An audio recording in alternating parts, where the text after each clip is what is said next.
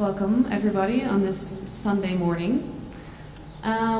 You're attending the discussion Life After Graduation because the presentation of emerging photography talent is one of the main objectives of Unseen. But how does a recent graduate achieve that desired talent label to kickstart a career as a professional visual artist? It is, of course, not just a matter of talent, but also of getting noticed and selected by the right platforms. We have invited 3 artists to share the tips and tricks, decisive moments, important decisions and crucial mentors from their journeys after graduation. I would like to introduce to you Mandry. Hello. Welcome. In 2013, this Swiss young talent, born in 1989, received his bachelor in visual communication and photography with honors at École University in Lausanne. In October, his first solo exhibition, Unseen Sights, will open at Beeldhalle, a Swiss gallery that is also presenting his work here at Unseen. Last year, he was nominated for the Van Paul Huff Award and selected for the Swiss Design Awards. Mandry uses analog processes of image manipulation in order to question our relationship to images. Lorenzo Vitturi, welcome. Hi.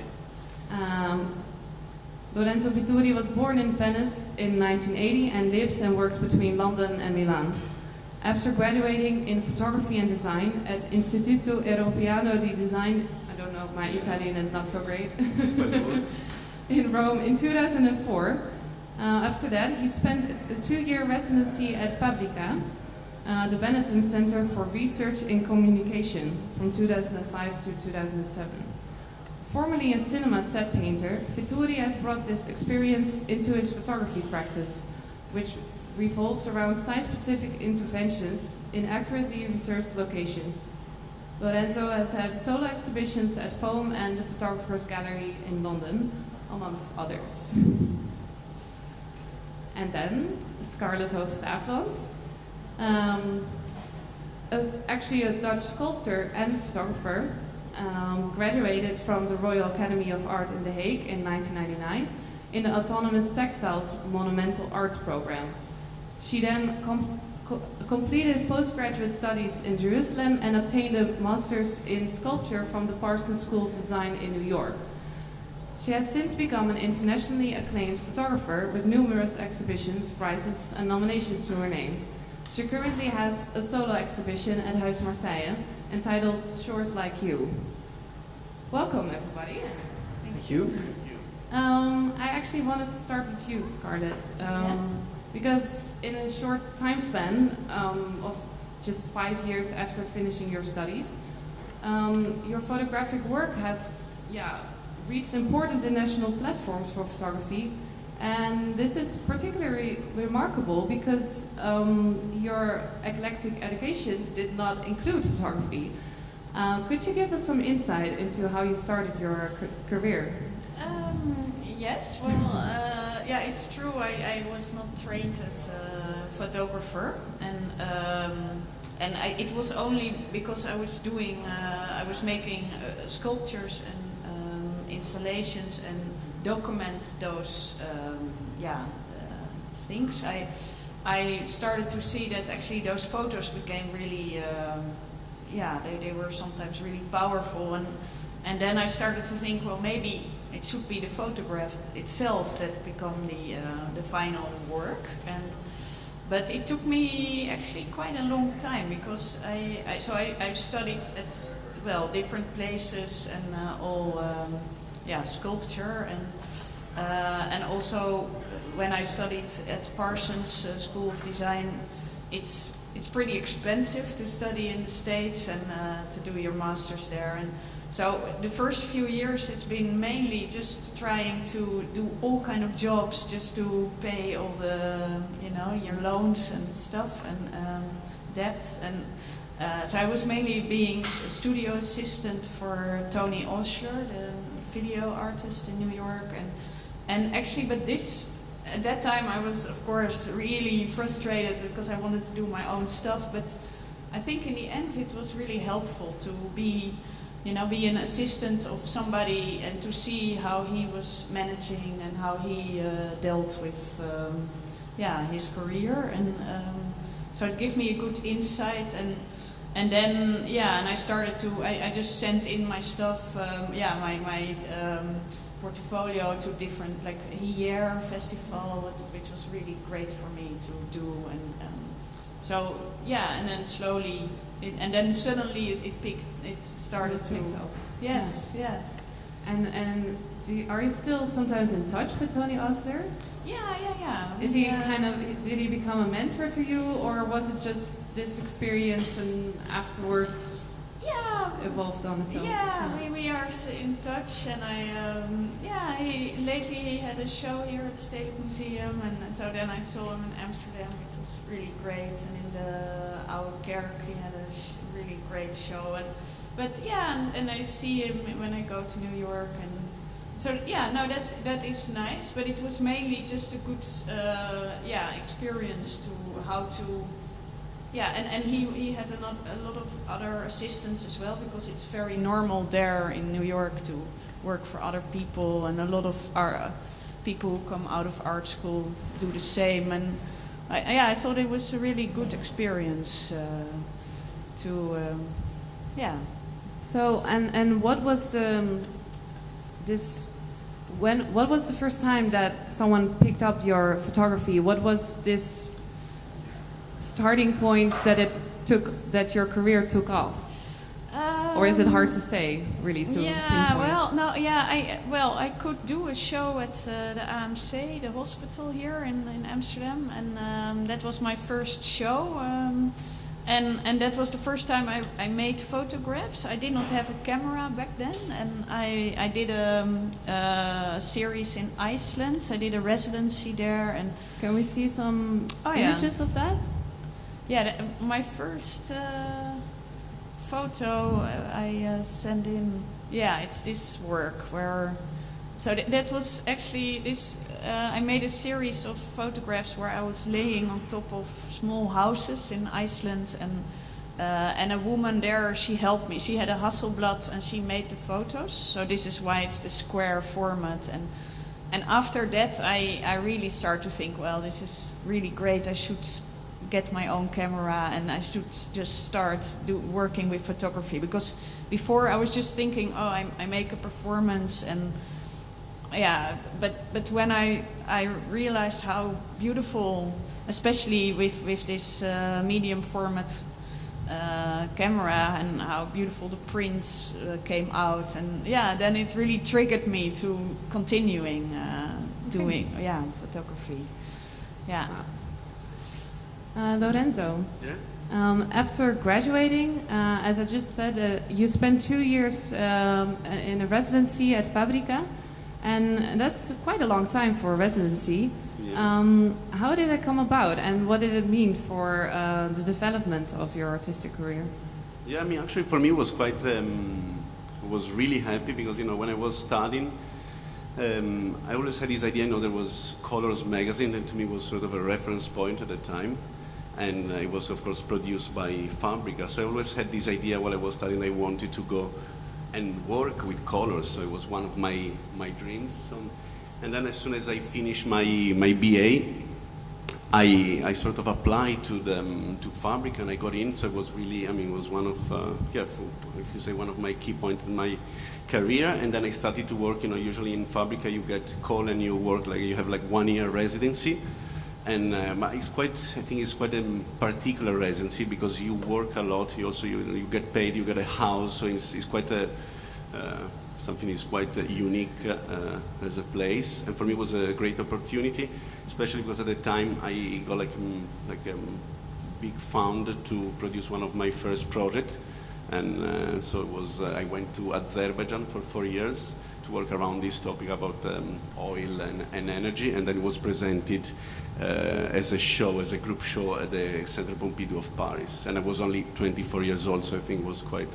Wow. Do we have images of that, or didn't... Of that one? No, because actually I didn't put that one. Yeah, because it was, my photography was, especially for that project, was quite different what I've done before, because it was more documentary, and also the direction of Fabrica at that time, it was quite, was more documentary, and yeah, so I don't put it, I mean, in a way it's not, I usually don't show that work, even if it was quite, it was quite important at the time, but then I completely took a different direction. And how did that came about?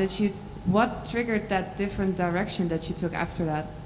Because after, I have to say that before Fabrica, because I was working, actually also my education was a little bit divided between the sort of more like the photography and design college. But then when I was studying, also started to work in cinema as a set painter. That one for me was really another key point in my career, because actually I learned a lot of technical skills that then I brought into my art practice, and were all revolve around set design and this kind of building sculpture, ephemeral sculpture that then have to be photographed, and that was actually my main direction. But then as soon as I moved to Fabrica, in Fabrica there was like a photography department, but I had to push a lot my style at the time, and also like have big arguments with the head of the department, because he got completely a different idea of photography. So it was actually quite.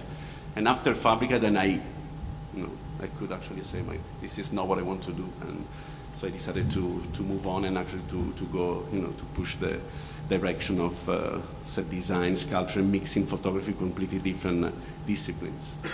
And was it after this residency that you moved to London? Yeah, after actually this residency, I did like 2 years in Fabrica. So the first year I was working like a student, you can say. But then the second year I was called back to Fabrica to work actually for Colors magazine, and that's actually when I really started to push completely the other direction. So I've been called with another photographer, really young, to do an entire issue of Colors. And it was actually the first issue of Color was totally based around stage photography. So actually everything was built in like with sets. The theme was really interesting, but it was actually the first and the last issue of Color was totally stage photography, and that actually was really an important part of the time, because then after I moved to Milan, I started to work mostly in advertising. So I worked like 6 years in advertising, and then I actually decided that to stop completely, to quit all my commissions, because I was say after 6 years working in advertising, which is quite a structured system. I mean, it was really good. I learned a lot, but then I decided that I was not evolving in my work, and I decided to stop, and that's when I started to work on doesnt Anatomy in London. And during those 6 years that you worked in advertising, were you still also creating autonomous works, or were you just completely focused on commissions and advertising only? No, I always, find the time and the space to experiment. At least I was, trying to make one project, in a year, each year, just to sort of experiment and see where I was going. But at the same time, when you work in advertising, it's really, the rhythm is really fast, and I was mostly involved in advertising. And then, the work that I was doing in these 6 years, I wasn't sure of that, and I never pushed it. I never tried to do a show or anything. But at the same time, after 6 years, I put some money. The good thing of advertising, making some money, actually, that's one of the good effects of advertising. And so I could stop 3 years completely and focus only on then what happened. It became the book doesnt Anatomy. So actually, in a way, was. Can we see some images of that? Yeah. Yeah, you can see it over Yeah, this was one of the still lifes, and this was a project I've done in Dalston. It was the place where I was living, and actually, it didn't start with like precise idea. It was actually like a reaction of 6 years of working with advertising commission. I didn't just want to stop and start to experiment without any sort of strategy. It was really just sort of cleaning myself for this kind of. We don't have any, especially because advertising. I was working with big teams. I was, all my production were quite big and were involving a lot of people, and I just wanted to work on my own in a little space, and that's what happened. Okay. Douglas, I think I saw that even works from your graduation show, graduating project were presented here or are presented here at Unseen. How did you manage to find a gallery to represent your work so soon after graduation? Well, I didn't really look for it at all. It was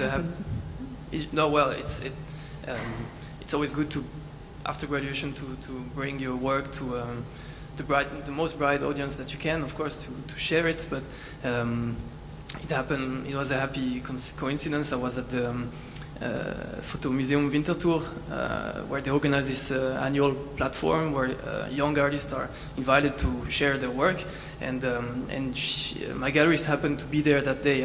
I didn't know, like, mostly you don't know who people are because you don't know them, but most of them are very interesting and important, and she contacted me the week after on the phone because she's also in Zurich like I am, and we met a couple of days after, and for me it was a complete new experience. I didn't expect it to happen at all, but she understood what I was doing, and that was for me the most important point. And as of this point, I just thought, let's give it a try, and it's been now 1.5 years, and so it's still going on. It's a very fruitful collaboration, and yes, so I didn't really look for a gallery yet. Yes.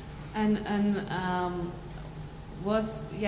when you were at École, was there any?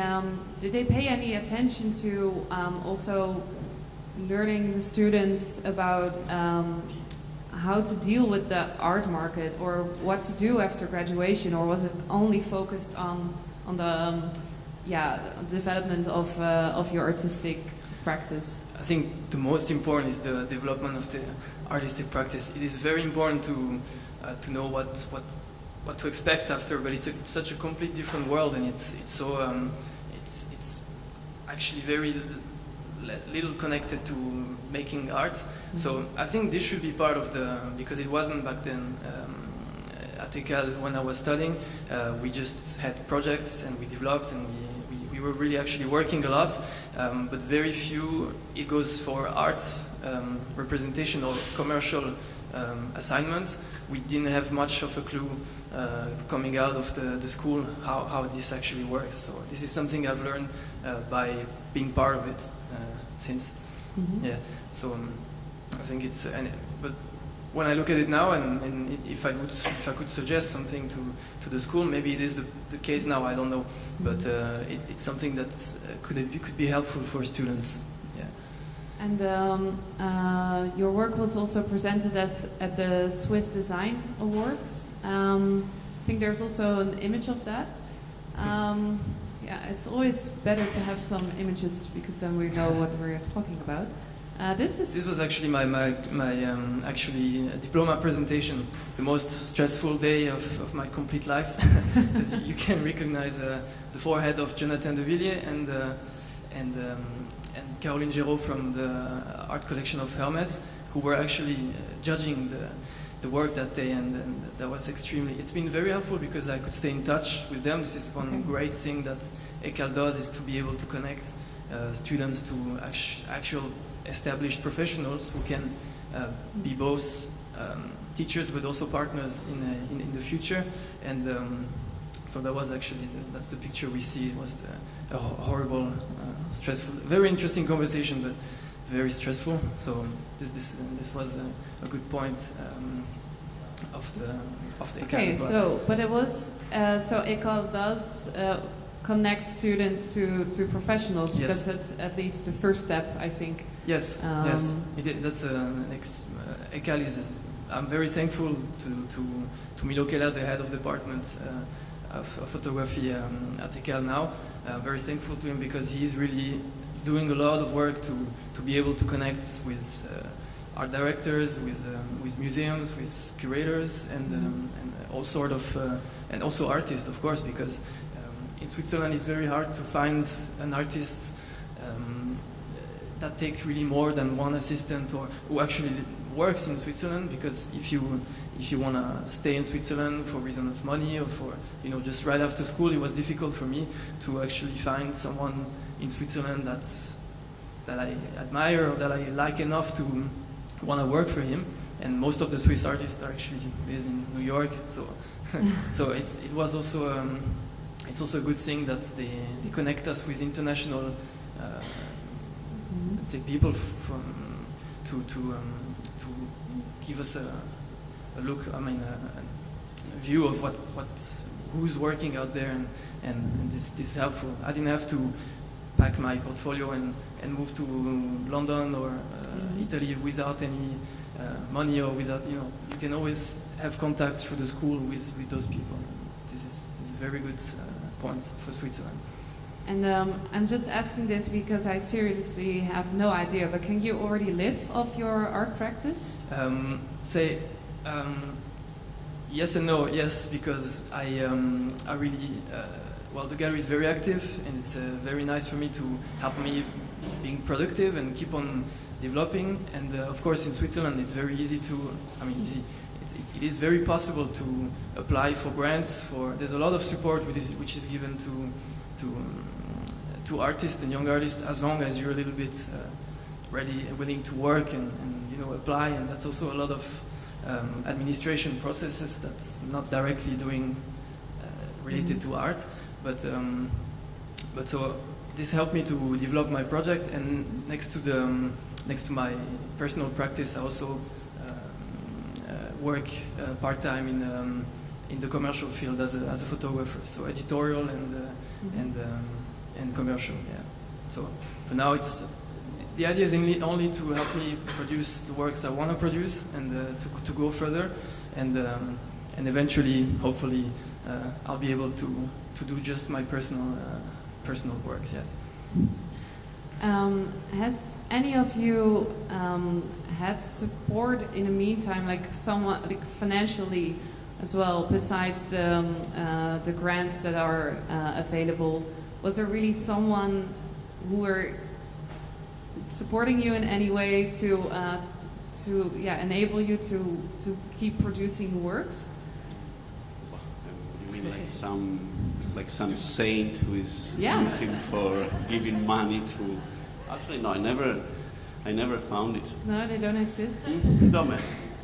No, I haven't found it yet. I mean, some collectors, of course, that and I think that for me it was really helpful when I was trying to look for funds to publish the book, and of course no one knew me at the time, because I was before I was working mainly in completely different field, and I produced these portfolios, and then at the time, for this like lucky moment, I met Martin Parry. He bought one of my portfolios, and that's what actually was my, in a way, the saint who arrived from the sky to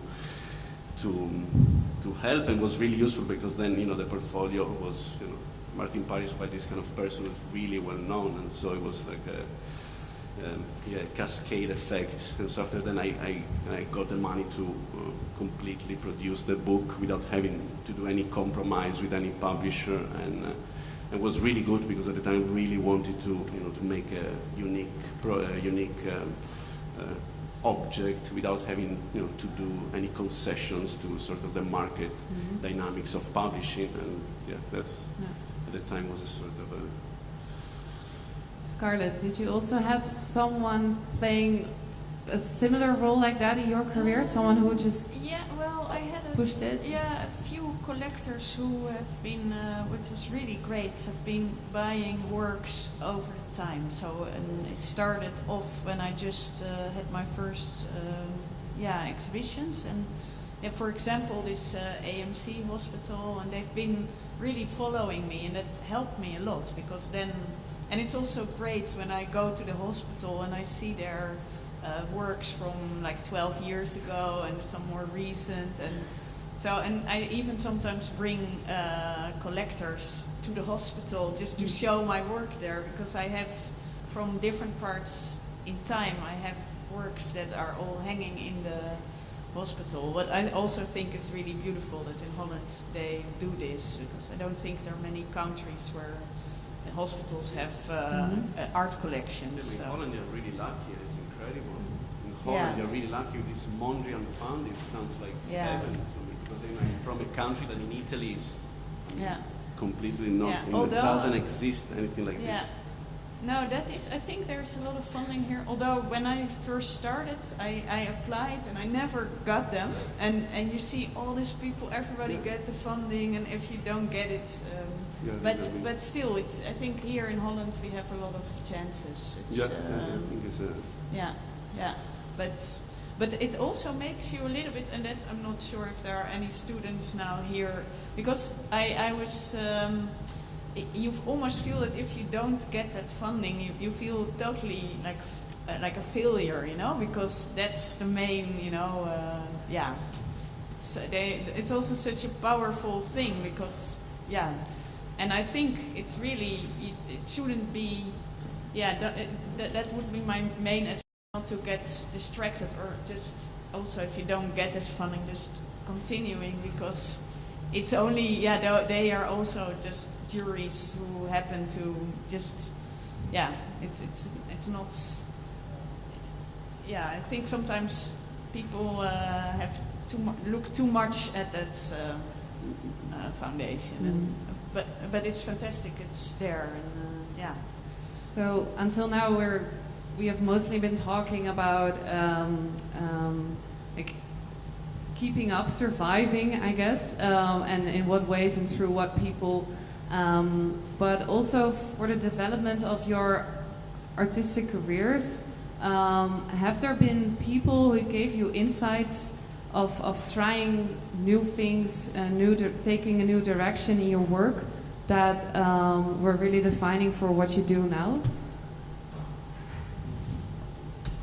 Yes, several people. I mean, I think already in art school it's really great to get all these very different perspectives, you know, and that's also why I really like to study in different places. So to study in Jerusalem gave me also a lot of different input, and then New York, where we had at Parsons School of Design, we had so many different visiting artists, and that was really helpful because you get so many different ideas, and it's and yeah, and then later just I met some artists who really are gave me some important ideas as well. That's interesting to say that you don't need to be in a school. I mean, to actually meet people. It's something I got to learn because at some point you don't have the school, you don't have all the structure anymore, and I ended up just taking my courage and just try to contact simply, freely people who you like or you appreciate, and just ask or look for a conversation with them, because this is also, I think, meeting people is extremely, it has been extremely helpful for me, and one feels maybe afraid or ashamed to simply just ask or knock at the door, and a lot of times I knocked on empty doors, but actually it's also a process to just get to meet those people, and even if it's for 5 minutes, if you just have postcards of your work or whatever, or on your phone, but just to be able to have a conversation and get a simple feedback about the work. I think that's really important, and it doesn't require to make a master or to go further in education to meet people actually. So. What was striking to me was that a lot of students that are coming from École, you can really see this École style. But with your work, I think that's actually quite different. Can you explain a bit about how? Yeah. It's always been a struggle because, let's say, École was back then, because I talk about one generation even before, because École, since photography at École has really evolved very quickly and very good, I think, in the last years. And it's getting away from this, I think it's slowly going away from this École style, or maybe generating a new one, I don't know. But back then it was really famous for icons like Jan Gross, like people who created this so-called École style. And I knew it, and I think at the beginning most of me and people who studied with me we didn't know exactly how to position ourselves, because the teachers, most of them were back then people who studied at École, so that means there was a sort of repetition of the things that work, the the style that actually worked for many photographers, and we didn't know exactly where to position ourselves with this, because you're young, it's easy to take what people give you, but I think by reading, by meeting a lot of different people, I mean, my work, maybe I have another background because I started as education as an academic painter, and that's something that I gave completely up painting, but I started photography with maybe different eyes than a regular or just anyone else, and so the Ecal style, it was something I just, I tried. It was a struggle to actually get over but it's in general, it's not only Ecal, but just get over references. You see so many pictures on Tumblr, on Instagram, and you have iconic pictures that you like, but you have to kind of wash yourself out of these references, because you take the risk to repeat what actually has been done already, and this was it's still a struggle to find what you actually really want to do. So that was the main. Can you explain a bit about what you do in your practice? Because I don't know if everyone is familiar with your work. Probably not. But so actually, I'm really interested more. I started in Ecal by doing a lot of classic photography and documentary photography, and that just didn't satisfy me at all anymore, because I started wondering about, maybe because I started doing painting, and I have these questions or this focus on perspective, on optical truth, or just the relationship with reality, that actually photography, it brought me to think about it more, about what is a photograph, and instead of just choosing the subject. So the subject slowly shifted to photography itself. So I'm more interested in questioning the process of a photograph. So I like to I do a lot of manipulation on my pictures, which are most of the time without a Photoshop intervention or any digital intervention. It's all very physical contact with the printed photograph that I paint, that I rub, burn, and just distort in a way.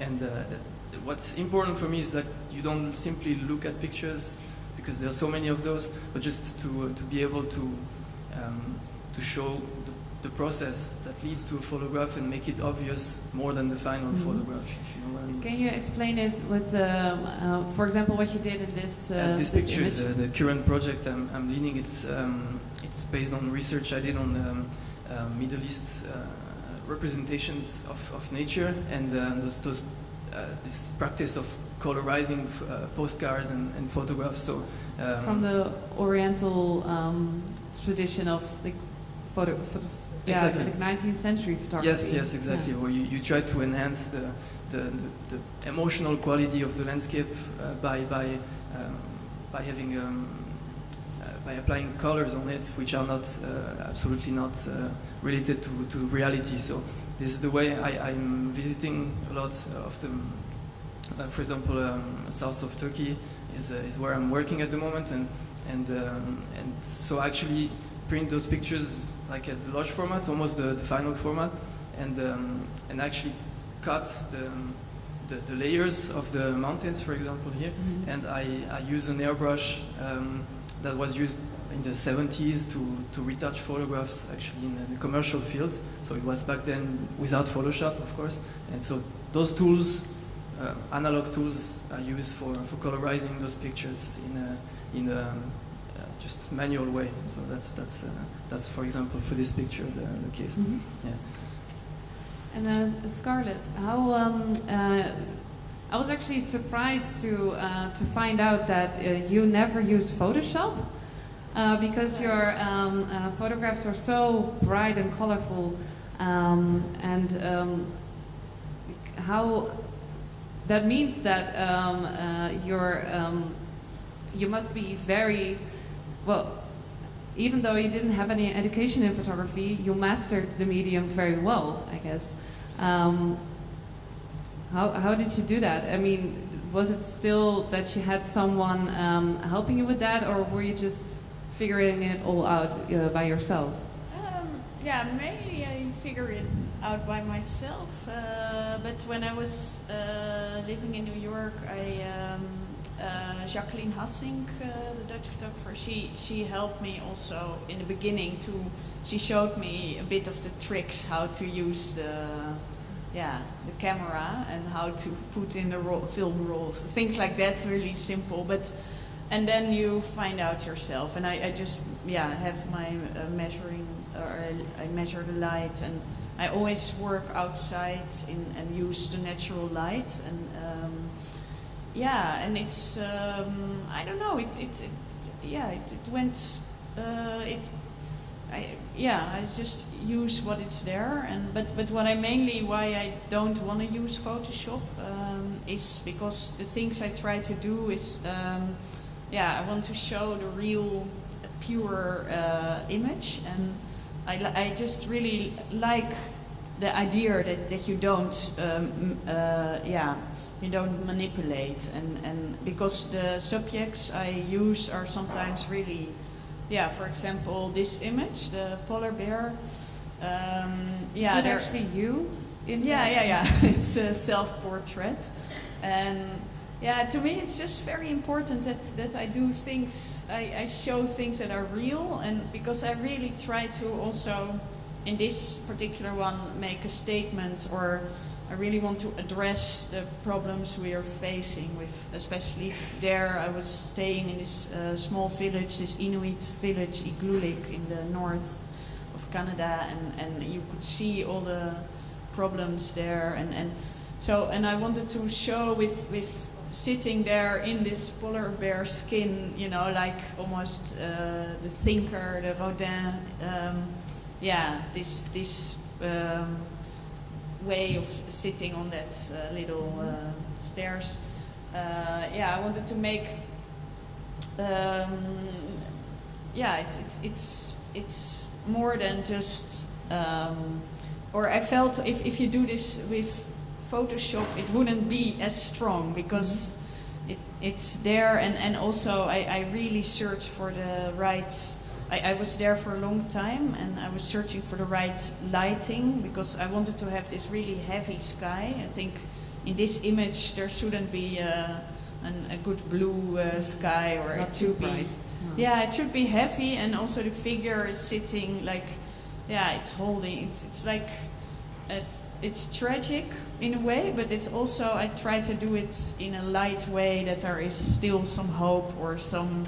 So this is why I wanted to have that bare feet sticking out. That's, it's also a bit comical, but And in those in this period, you as you just told us, it's mostly yourself. Self-portraits in a way, a bit performative, and so you just told us that you had an assistant, someone helping you to create those images. But nowadays, I think you work with other models and standing behind the camera yourself. Is that true? Yeah, that's true. But I also sometimes I'm the model. It depends on the subject, and also sometimes I don't feel like asking people to do stuff that I feel I better do it myself. So that it's not a question of, it depends on the project. But for example, this image you see here, it's made in Yemen, on a small island, and actually the girl who's standing in the middle, it's a war photographer, Amira Al-Sharif, and she's a friend of mine, and I really like to work together with local people, but also people, many times there are photographers or artists, and I think that's really great about traveling and meeting all these people, and also helping each other, and I think that's what I really like about photography as well, or in my practice, to travel and to have all these influences. And how do you choose your destinations? Where does the inspiration derive from, or do you just go somewhere and then search for subjects, or? Well, I do. For example, this place, Socotra. It's this tiny island in the middle of the ocean. It's between Yemen and Somalia, and it's like really, really far out there and really difficult to reach. I really like those places where it's difficult to get, and also that there's not that much influences from the Western world. And I think I'm just looking for places that are in some way pure, or at least that you really find authentic culture. But that's so that's part of and it's also kind of adventure, and to try to explore and to stay there for quite some time and find your way. Within those adventures, have you ever been in trouble, or that you wanted something that could really not be done, or?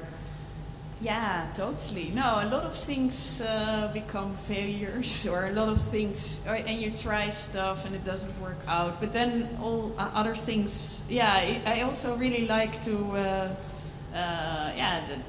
many times you get surprised, or people help you and come with suggestions. And so I like it when you don't know before what the outcome will be. So it's always kind of a surprise. And I'm really dependent on these people in order to make my work. So it's, it's also a bit of a risk. And May I ask you, how do you see your work evolving through time? Is it like, do you have one body of work that you develop over years, or is it several series, or how do you organize the creation? I was. It's kind of interesting because I just made a book. It just came out 2 weeks ago, and there I put all my different projects together. And I feel like even though they're totally different, from different countries all over the world and different situations, but there is some kind of there are really things that makes it all more universal, or that's what I'm trying to do, and so I do think there is some similarity in all these works, even though they're from totally different places. And Lorenzo, your practice, on the other hand, is very much studio-based, right? Have you had critical moments in your career that you just didn't know how to continue, or lost inspiration, or did that never occur? No, actually my practice is sort of always behind, and is between the street and the studio. So I have to say, everything starts on the street. All the things that you see in my pictures, they don't come from my studio, but they're taken from the street. And also with Doesnt Anatomy, I really try to mix and to merge these different dimensions, the street dimension and the studio dimension, and trying to create a coherent aesthetic, so you don't see actually the difference between these different. But actually, the street is, I have to say, is the main. Is where I find everything. Is where I find ideas. Is where I find and then in the studio is the place where everything gets transformed. So I have this kind of process of transforming all these materials that I usually, daily products or things that you find every day, in this case in the market or on the street, and then they go completely put out of context and transformed with with pigments, colors, and so I think that these kind of two environments they work together. So when you work with the street, it's difficult to don't get ideas. I think like if you especially, that's why for me it's really important the place where I live. In this case, London in the last 10 years, especially Dalston, the neighborhood where I was living, was actually a vibrant, really interesting place, and everything was happening just outside of my studio. And so it was difficult to don't have ideas. And that was the work Doesnt Anatomy that. It became an exhibition at Foam and Photographers Gallery and 2 other galleries, I think. Yeah. This is the picture of them. This is the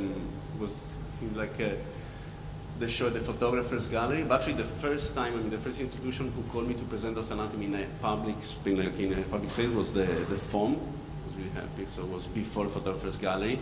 But the first time I presented the work.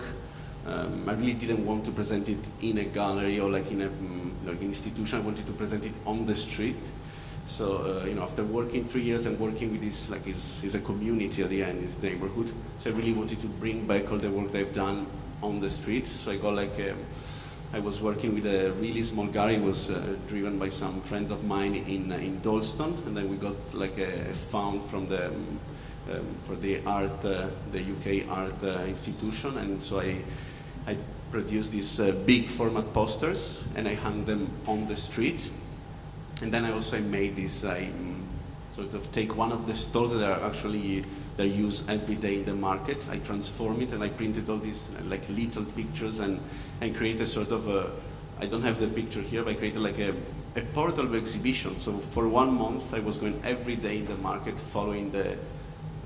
All the reading of the market, so like from 6 a.m. until the evening, and I was there just showing to the people I was working all the work, and it was really interesting because I wanted to see the reaction and what's because you are dealing with people that are not really interested in art, and to see that you are using the things that they sell every day. So it was really interesting to me to. How were the reactions? No, the reactions were really interesting. I think for me it's really important. It's part of the process, like this interaction with the people, especially with people who are not interested in art. For example, the posters actually they didn't last more than 2 days. They were like gone after 2 days. And one of them I remember was it was like this hairdresser, and I put this picture of was this woman taken from behind with this beautiful African hair work. And of course, the day after I went. And the poster was gone and was inside the hairdresser shop. And I went inside and why did you take? Say, oh my God, I'm sorry, I'm really sorry, but I really love the picture. And then and also was part, and it became the advertisement of the hairdresser shop. And it was the perfect, sort of reaction, because all my work is about transformation and how this, sort of. Transformation of image of an object, so it was perfect, and how an image can have completely different lives.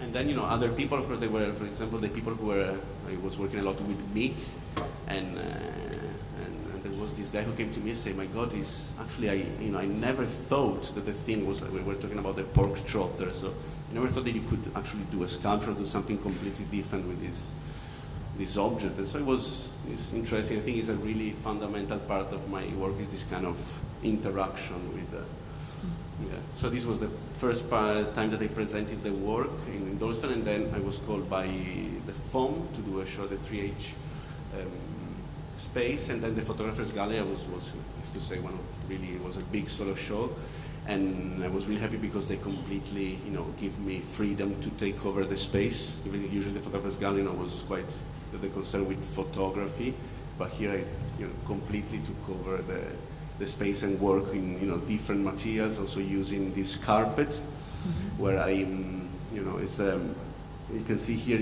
it's difficult to read, it's the only text that you find in the book is this text was made by a local poet in Dalston, and he spent like 1 week together. He was recording all the words, all the, also titles from the shop, and he sort of mixed everything together.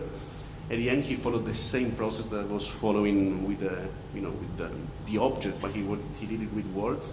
And I was so happy of the result that then I decided that every time I present the work, the product of anatomy, I also present the text in a different support. Like here, it became a carpet, and other time it becomes a flag. So it was really, it was the idea behind the carpet.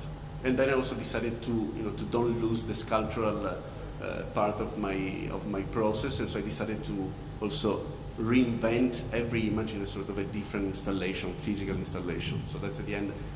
It takes more time in this process, but every time I present also anatomy in a way is different, so it continues to transform itself. Are there actually any questions from the audience? Maybe there are art students over here who would like to ask something. You don't have to. Well, if you could give your younger self an advice right after graduation, what would it be? What would you advise people that are about to graduate now? Well, I think really to stick what you really want to do and not to get distracted when you, for me, the first few years it was really tough. Like, and then you make sometimes works and you think, oh, I know I make such a beautiful work, and it took quite some time before people really saw it. But just to continue and not to also, if you don't get immediately picked up, I mean it doesn't matter. And sometimes you need more time to develop and to really make your own style. And I'm actually happy. It was quite a while ago that I left art school, because I think nowadays you already need to have your website, your everything. And I think sometimes you need more time just to develop, and it's better to keep not to be all the time visible and just take your or don't. It's sometimes now things are kind of a hype, you know, that you need to be immediately successful. Do you recognize that pressure, Douglas? Not at all. Okay. So you're already successful.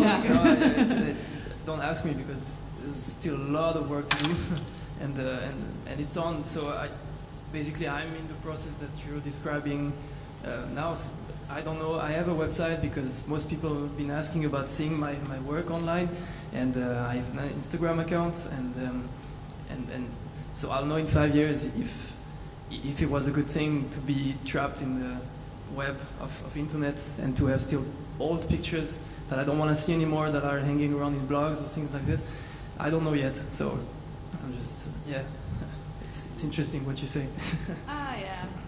And would you like to add a final remark? No, but I do think that I perfectly agree with what Scarlett said, because actually, no, for me, it took me to say like maybe 10 years before I was really happy what I was doing. So I think it's a long process. It's not that you arrive, I mean, there is not like a goal that you reach. I mean, you never reach at the end. It's a continuous process and a continuous research. And some people, I think nowadays, you know, they get really stressed, of course, especially young people, because this kind of really heavy pressure, which is this kind of super performances. You know, there are different, you know, that also apply to art, which is actually a completely different process. It takes, you know, sometimes it's, you know, it really takes a lot of effort. You just to don't stop, just to go on and work and work and work. It's a long construction, continuous. So you can also imagine that. I don't know if you had at any point had this talent label, then you're young talent, and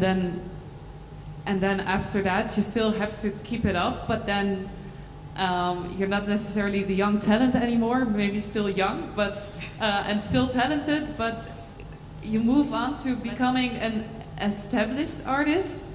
Do you feel established? Might be a weird thing to say about yourself, but does it feel like you have a sustainable career, or do you still think like, oh, maybe it will just drop anytime? It could drop every day. Every time you do a new project, you start all over again. Exactly. You have to reinvent yourself constantly. You never know if it's going to work, and sometimes it does, sometimes it doesn't. But I respect a lot these artists who are like in their 60s or even 70s, and they're still making work, and I think that's really fantastic. Or you just have to be, just concentrate on what you're doing and not try to be too much thinking of if it would be sellable or things like that. You know, it's you have to, Okay, thank you so much, and thank you as well for attending this talk. And I would like to give an applause to our speakers today. Thank you.